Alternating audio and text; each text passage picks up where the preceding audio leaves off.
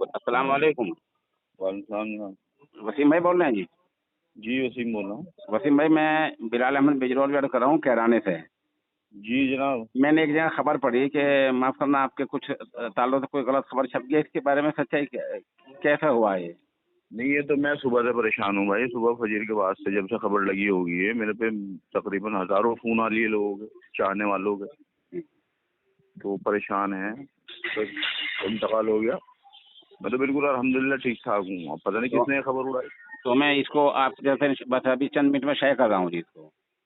نہیں وہ بات تو ٹھیک ہے بلال بھائی، لیکن میں تو اس قدر پریشان ہوں اس بات سے، اور پتہ نہیں کسی نے میری خبر اڑا دی ہے. میں بہت دکھا الحمدللہ ٹھیک ٹھاک ہوں. اللہ کا بڑا انعام اور کرم ہے. بس اللہ تعالیٰ آپ وہ دیر تک رہیں، اللہ تعالیٰ بالکل ٹھیک ٹھاک رکھا آپ کو. آمین آمین. ٹھیک ہے وسیم بھائی.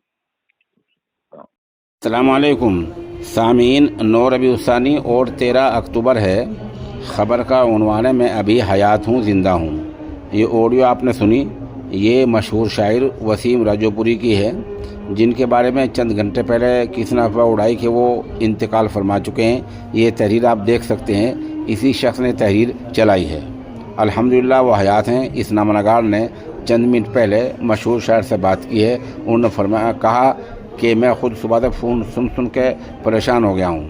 بہرحال آپ سب دعا کریں کہ اللہ تعالیٰ ان کی عمر لمبی ہوں اور وہ تا دیر بصحت و سلامت رہیں.